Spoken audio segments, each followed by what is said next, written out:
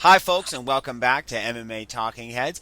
I'm your host, Jason Probst, along with my special co-host, Ian Parker, owner and founder of CageHero.net. Ian, how you doing today? I'm good, Jason. What's going on, buddy? Well, had a good weekend of fights. Had a kind of a double dip this weekend. Ian, we had Friday UFC on FX2, and then Strikeforce Ronda Rousey against Miesha Tate. So, I wanted to jump into the FX card. The UFC had the beginning of their flyweight tournament, the first flyweight bouts ever. First match, first half of the tournament, saw Ian McCall take what turned out to be a draw against Demetrius Johnson in a fight initially scored as a split decision for Johnson. What were your thoughts on that fight? Well, one, based on the first episode, everything I said I thought came true. These were the type of fights that really the UFC needed to balance out their other divisions that were a little slower. You had two great guys, Demetrius Johnson, who, as we all know, fought Dominic Cruz with decision, was undersized for the bantamweight weight class. Flyweight's his true home. Even there, he didn't seem that big. I was very impressed with the way he was able to handle Ian McCall's pressure. Ian McCall, which is crazy as the underdog that he was ranked as the number one flyweight in the world. Right. And as you saw in the cage, Ian has the wrestler's body. He's very big up top. And you saw that he was the stronger fighter. Granted, Demetrius Johnson took everything he had to give. That fight really, I can't believe how it all went down with the commission. I don't think ever in my life would I ever thought something like that would even happen. But to be honest with you, I did score the fight a little differently. I had a bunch of friends calling. I was sitting with a few people. I scored the first round for McCall. Really? The second round, I thought the reason why was he had two takedowns. One of them, which he was able to do a little bit of damage. He held him down for a while. The striking was going back and forth until Demetrius caught him and wobbled him a little bit. I don't feel that wobbling a fighter really justifies winning a round. Right. If anything, it helped him catch up in points. So I definitely had McCall in the first round. The second round, it could have went either way. Both rounds could have. The second round, I did give it to Demetrius Johnson for the more effective strikes. And then the third round, obviously Ian McCall, the way he was Donkey Konging Demetrius Johnson, I was pretty surprised the referee didn't jump in and stop it, even when I think it was around 12 to 8, between the 8 and 12 second mark, because Right. Demetrius actually flattened out, and every shot, granted, Ian was screaming, which I actually kind of thought was it was a little unprofessional, but entertaining, because that's how Right. Ian is. But Do you think that was a 10-8 round, though? Because one judge did score at 10-8, which mean it turned out to be a draw. That kind of reminds me of Dan Henderson against Shogun Rua, right? If you're mounted on a guy and pounded on for most of the round, is that a 10-8 round? What is a 10-8 round? To me, a 10-8 round is when you have the guy completely mounted or on top of him the whole time, and the guy gets nothing back. And Demetrius got up, and in the beginning of the round, Demetrius scored a few nice shots to McCall. I said this to everybody who's been asking, been getting a ton of calls, and in my opinion, if Ian McCall did not win that fight, which it's okay if he didn't, but Right. you got at least sudden death. There was no question. Yeah. Yeah. Truthfully, the smartest way to do it was. Again, my opinion was round 1 and 2 could have went either way. I don't think either fighter won round 1 and 2, but if they split them, Ian McCall obviously won the third round. So again, it was very, very exciting fight. Again, showing what I said was going to happen, a very well-rounded type of fight. Both guys on the ground were very, very good. Their wrestling was very good. Their striking, their cardio is phenomenal. I could watch those guys for days. And it's just really unfortunate with a fight as amazing as that was and entertaining as it was to end like that. Right. I wish they would have found out 10 minutes after and brought him back out for another round after the Alves and Kampmann fight. That would have been fun. But at least Dana White's doing the right thing, doing a rematch. Don't know when it's going to be. I heard rumors about April if they can get it done. But, again, an amazing fight. Too bad it ended the way it did. Yeah, and I was hearkening back to your comments last week. We talked a lot about the flyweights and whether or not they could really take root in the public consciousness. Are they a little too small? Those fears of mine were completely alleviated because of how fast-paced it was, the scrambles, the transitions, the incredible work rate. And I just thought after watching that and then the Benavidez fight, I was just like, man, how's everyone going to go back to watching a sloppy heavyweight fight after this? Flyweights are incredible pace, and it's total action. I thought it was great for the fans. Absolutely. You couldn't have said it. I couldn't have said it better myself. Your point is perfect.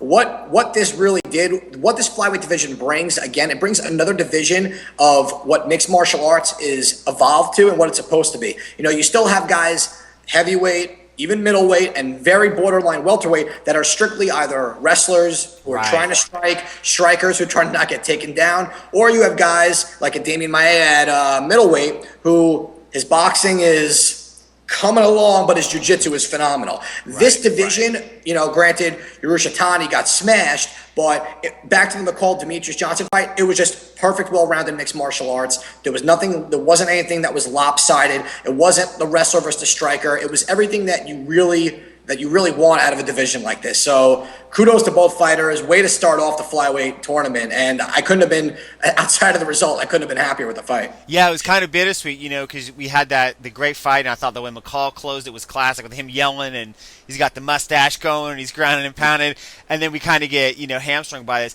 And obviously, Joseph Benavidez looked amazing against Miesha Tate. Pretty good opening round, closes it with that big shot to get knockout the night for the stoppage in the beginning of the second. After you've seen all these guys in action Friday night, regardless of who wins in McCall-Demetrius' rematch, do you think Benavidez is still the favorite? Because I do. Yeah, there's no question. I mean, if you're going to base it on that one fight, then you got to think he's still going to be the heavy favorite. I think out of the two, though, between Demetrius Johnson and Ian McCall, I think Ian McCall might be the better matchup because though Demetrius' speed is there, McCall's not that far away from him in speed. Yeah. He really wasn't. He was catching Demetrius as much as Demetrius was catching him. McCall really did not get taken down. He is probably the superior wrestler out of the group, and I think and his striking could be up there with Benavidez. So, if McCall gets past Johnson and fights Benavidez, granted, again, who the favorite is. We don't have to, beat around the bush. But, again, it's so hard to not think that McCall could pull an upset in that type of situation. No, and he's, and I really hope that, whatever they do with this, I can't wait to see those two guys, whoever it is, in a 5-round fight. Obviously, a great kickoff for the UFC's flyweight division. Now we want to jump to the main event on UFC FX2, Ian.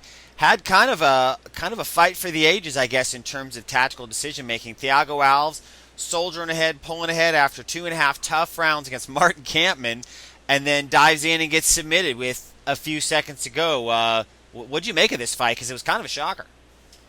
Thiago Alves in the beginning was essentially doing what he said he did in his interview. He was picking Martin Kampmann apart. Once he started landing that jab, he was really pumping that jab, and then he was hitting with those massive leg kicks. Yes, and you saw Martin's left leg was swollen, had welts on it. He started to slow down a little bit. He was getting very cut up. And Alves, exactly what you and I talked about last week, started using his jiu-jitsu game, took down Kampmann and smothered him in the first round. And really, when you put all that weight, I know you probably saw Mike Dolce's tweets after the weigh-ins. He was 198.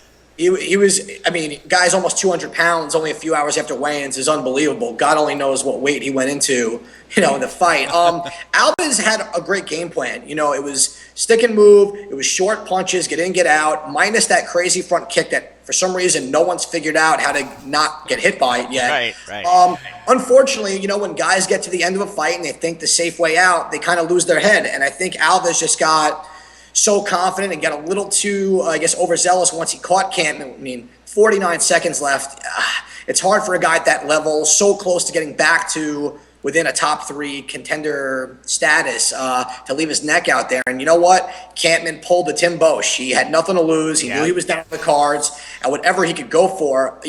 Big ups to Martin Kampmann, though. To get rocked and to be taken down by a guy as strong as Alves and to be able to snap out of it for that split second and grab him, you know what? He deserves to win if he's able to take a 2-round beating from Alves and then pull it off. So yeah, it kind of reminded me when you said pulling a Bosch. It kind of reminded me of that too, because I think if Tim Bosch and Yushin Okami fought 10 times, Okami would probably win 8 or 9. Just like Alves and Kampmann, but so, yeah. This was that one anomaly where the guy that's just a real gamer pulls something out of nothing. So obviously a memorable ending to UFC on FX2 and a little bit of a wrinkle for the welterweight division. I think it puts Kampmann in a good position to get a big fight next. Now we want to jump ahead to Saturday night's card. We had Miesha Tate defending her 135-pound title against Ronda Rousey, and some decent fights in the undercard. You had Ronaldo Souza choking out Bristol Marunde. Scott Smith taken out by Lumumba Sayers, I think was his name. And kind of a tepid match with KJ Noons and Josh Thompson. And then what match that I thought was very strange was Kazuo Misaki's win over Paul Daly. It was almost like a weird role reversal. It's like Daly was going for takedowns and Misaki wanted to stand. What was your kind of oversight, I guess, on the Strikeforce card? Any thoughts that come to mind after watching it? You know, I read something today that the Showtime execs don't want Dana White's involvement, with Strikeforce, and Dana, being with the UFC for as long as he has and doing what he's done for the UFC. If I'm him, I'm totally cool with it. Because what that is just going to cause is the same thing what they did to Pride and when they did to the WC. They're just going to engulf it, take everyone they need, and they're going to make the UFC that much better. The problem I have with Strikeforce, granted, there are some great fighters there. You got Gilbert Melendez, you got Luke Rockhold, you guys Woodley. I mean, you have Cormier, Barnett. You got great guys there, and it's hard to know what to really do with everyone. I find it very odd that someone like Jacare fights for the title, loses a decision, and then he fights a guy like Bristol Morunde. And Right. well, you know what that showed off, though? It showed off Jacare's stand-up continues to evolve. He becomes more and more of a dangerous middleweight, granted losing to Rockhold, and his jiu-jitsu is still top-notch. He pulled an Anthony Pettis where he pushed off the cage, did a roll. I mean, that was awesome. Lumumba Sayers is another guy that Scott Smith, it just might be that time to hang him up. It's no secret to his game, submit him. The jiu-jitsu lacks. And Sayers, again, he beat Antoine Britt round 1. He just beat Scott Smith. I think giving him a bump up in competition, and he adds a little bit of depth to that middleweight division, which I think is really cool. And then you got that KJ Noons-Josh Thompson fight. I understand why the crowd booed. They want to see. You think KJ Noons, you're thinking he's going to swing for the fences. And he's actually a lot better of an overall MMA fighter than most people think. He's not bad. But people have to understand also, Josh Thompson's had I believe it was a 15-month layoff. He lost to Kawajiri New Year's Eve. He won a very tough decision over Jeezy Cavalcante. And, he knows he knows when it comes to Strikeforce, a big win over someone like KJ, and you go after and you get Gilbert for the third time and possibly get a title shot, or fight for the title, and with him, I think he played it safe, which, you know what?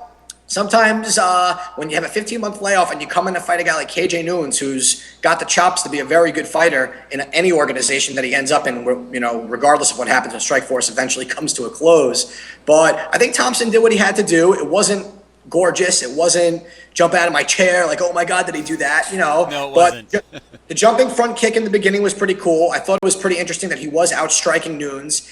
And, Josh Thompson's got it very good. His grappling's very good. And what I heard, I believe it was Pat Miletich said that his new jiu-jitsu coach is more of a guy who likes to keep control as opposed to go for submissions, which kind of threw me off a little bit because I thought jiu-jitsu is kind of a combination of both. But you know what? Thompson beat a very hard competitor in KJ Noons, and a win's a win. Yeah, and Thompson might be at the phase now, and the guy's had a lot of injuries. He's got kind of a frail body. He's got a lot of mileage on him. Incredibly talented guy. He may be kind of in the beginning of that Tito Ortiz territory where Tito got into a couple years ago, where he's always fighting hurt. He's always bringing a lingering injury in. And I think, when we saw the second fight with Gilbert Melendez a couple years ago, we saw one guy, Melendez, that had gotten better, and one guy, Thompson, that physically may have peaked. And I think if they have that third fight, I definitely would go with Melendez. But the interesting thing is it's a very exciting fight for the Strikeforce 155-pound division. But after that, it's kind of a drop-off in terms of talent and people to make. But, they'll figure it out. One thing I want to jump into, too, is the main event. Obviously, a lot in line with Miesha Tate defending her belt against Ronda Rousey. Rousey came in, as we talked about in the last episode of Talking Heads, a heavy favorite. And boy, did she deliver in a phenomenal back-and-forth fight that was some intense grappling, some really good transitions and sequences. Rousey finishes the second armbar attempt and pretty much destroys Miesha Tate's arm. I thought this was an amazing fight, and big props to both of them. Miesha Tate for being incredibly tough, and Ronda Rousey for backing up the trash talk. How impressed were you with Rousey's win and taking the championship belt? I think I'm more impressed with someone at 4-0 coming in under the bright lights, fighting in the main event, and fighting against someone like Miesha Tate. Miesha she's as tough as they come. Outside of a Cyborg and Gina, Miesha's right there. Miesha is very well versed in her wrestling. She trains with all the guys at Alpha Male. She's never been submitted, and her stand-up has clearly gotten better. She came out swinging, and she landed two really nice shots. It was a nice cross-hook, cross combo. Yeah. And she missed the first one. She landed the hook cross. And it was pretty nice. And you saw, once Ronda did that, and Frank Shamrock actually made a great call. As soon as Ronda got tagged on the chin twice, she went right to the wrestling. And, it scares me sometimes when the referees let it go, even when you clearly see that arm is dislocated or broken. Right. Because if you look on Mania or any of the other websites, there is that freeze frame picture of the first arm bar that breaks Miesha's arm. Yeah, I can see you making it. I know. There's a few submissions I don't like to look at, and that's on the short list, especially. I don't know if it necessarily makes it worse that, if it's a fighter, but I've interviewed Miesha a few times, met her. Really nice fighter, good representative of the sport, and then you see him there, and you know a person's arm is not supposed to go that way, and they're not tapping. Right.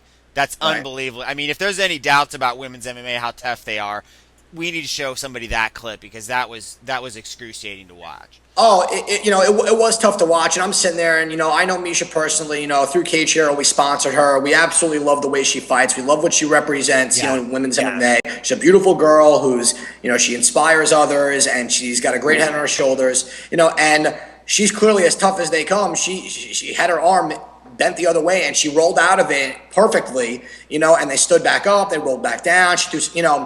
Ronda Rousey is just a freak of an athlete. All right, you gotta. She's a beast. She trains with the Diaz brothers. She's got mentally, she might be the toughest in the game. She gets in there. I mean, the interview before the fight, I was cracking up. Did you see the game face? Yeah, she had the game face on. She pulled a Nick Diaz interview. She wouldn't tell the journalist what she was going to do in case the fight. In case she couldn't. I'm not telling you. Oh man, I'm not telling you. You know what? I thought it was great, and she backed up everything she's been doing, even from the weigh-in with the whole mini headbutt scandal, whatever you want to call it. Ronda Rousey did exactly what she tells you she's going to do. She reminds me of Ben Askren. Askren said to everyone, "Shame on you. You know what I'm going to do. I'm going to take you down, and I'm going to beat you there." Ronda is going to take you down with a judo throw, and clearly she's going to try and rip your arm off. And unfortunately for Miesha, she did that. I'm actually, it's weird. I never thought I would say this, but I'm pretty excited to see Ronda Rousey fight Sarah Kaufman. I would hope that they would let Miesha maybe fight Alexis Davis, because Davis put up a pretty good fight against Kaufman, and you can rotate those girls. That's all right. And, if Ronda gets by Kaufman and dominates her, once Cyborg comes back, I think a 145-pound matchup between Ronda Rousey and Cyborg could be in the mix in the near future. How epic would that be? And we saw, obviously Ronda can go up in weight because she's fought at 45, and I don't think the size is going to make much of a difference. But obviously she's still got some holes in her stand-up game. She's got 5 fights, probably not even a total of 2 full rounds experience. A year from now, though, we know especially great athletes like John Jones and George St. Pierre. Their improvement curve is faster than the average mortal, right? Sure. And Ronda Rousey is clearly a Brock Lesnar, John Jones super athlete. A year from now, do you think she can hang with Cyborg and beat her in a fight? I think she can. It depends. We haven't heard of anything of Cyborg since she was popped for steroids, and you don't know if she's. I'm assuming she's still training. You don't know how the body's going to react. I'm assuming she's still going to be a freak of an athlete. I don't think it's going to change a whole lot, depending on what she was using the steroid for. Obviously, it wasn't too hard to tell that she was on it, but. Give Ronda Rousey enough time. I think she's only going to get better. She's going to want to. She could train with whoever she wants. Her coaches seem to be doing the right thing. Yes. She obviously can take a punch. Miesha hits pretty hard and caught her twice, and it didn't wobble her. Obviously made her head turn. I think Ronda, a year from now, her hands will be a lot. I think her hands between now and the Kaufman fight are going to evolve. That's going to be a thing to watch because that's interesting because you notice that Sarah Kaufman throws very good combinations. Women's MMA, the striking still has the ways to go. We're kind of where the UFC was in like 1995. It's very rudimentary, but Kaufman puts together punches and bunches, good flurries, decent wrestler, and sets a good pace. So I don't know necessarily if she'll really be able to keep it on the feet that long against Rousey. Well, she shouldn't. She shouldn't, right? She shouldn't. But, it's going to be another litmus test for Ronda Rousey's evolution. Exactly. It's just like with the men, how the sport's just evolving. It's not worlds apart anymore. There's no secret. As the sport gets bigger, as it gets better, the fighters are younger, stronger, faster, and they're more well-rounded. John Jones is still so young. George St. Pierre is not even 30 years old yet, and look how much of a dominant champ he is. Yeah. These guys just keep getting younger and younger, and Ronda's a baby. And look what she's done in her 5 fights. It's incredible. And like you said, she's a freak of an athlete. I keep hearing things that she's a sponge. She soaks up everything she learns. the sky's the limit for her, and I would love to see a rematch eventually. Obviously, not next. Kaufman, Sarah really does deserve the shot, and I guess another litmus test it is. Yeah, no, it's going to be exciting to watch. And I thought it was a really good shot in the arm for women's MMA because obviously, we've talked about it faces an uncertain future. So, folks, we wanted to thank you for joining us once again here on MMA Talking Heads. I'm Jason Probst. You can reach me at twitter.com/Jason Probst. And Ian, how can fans get hold of you with questions or comments?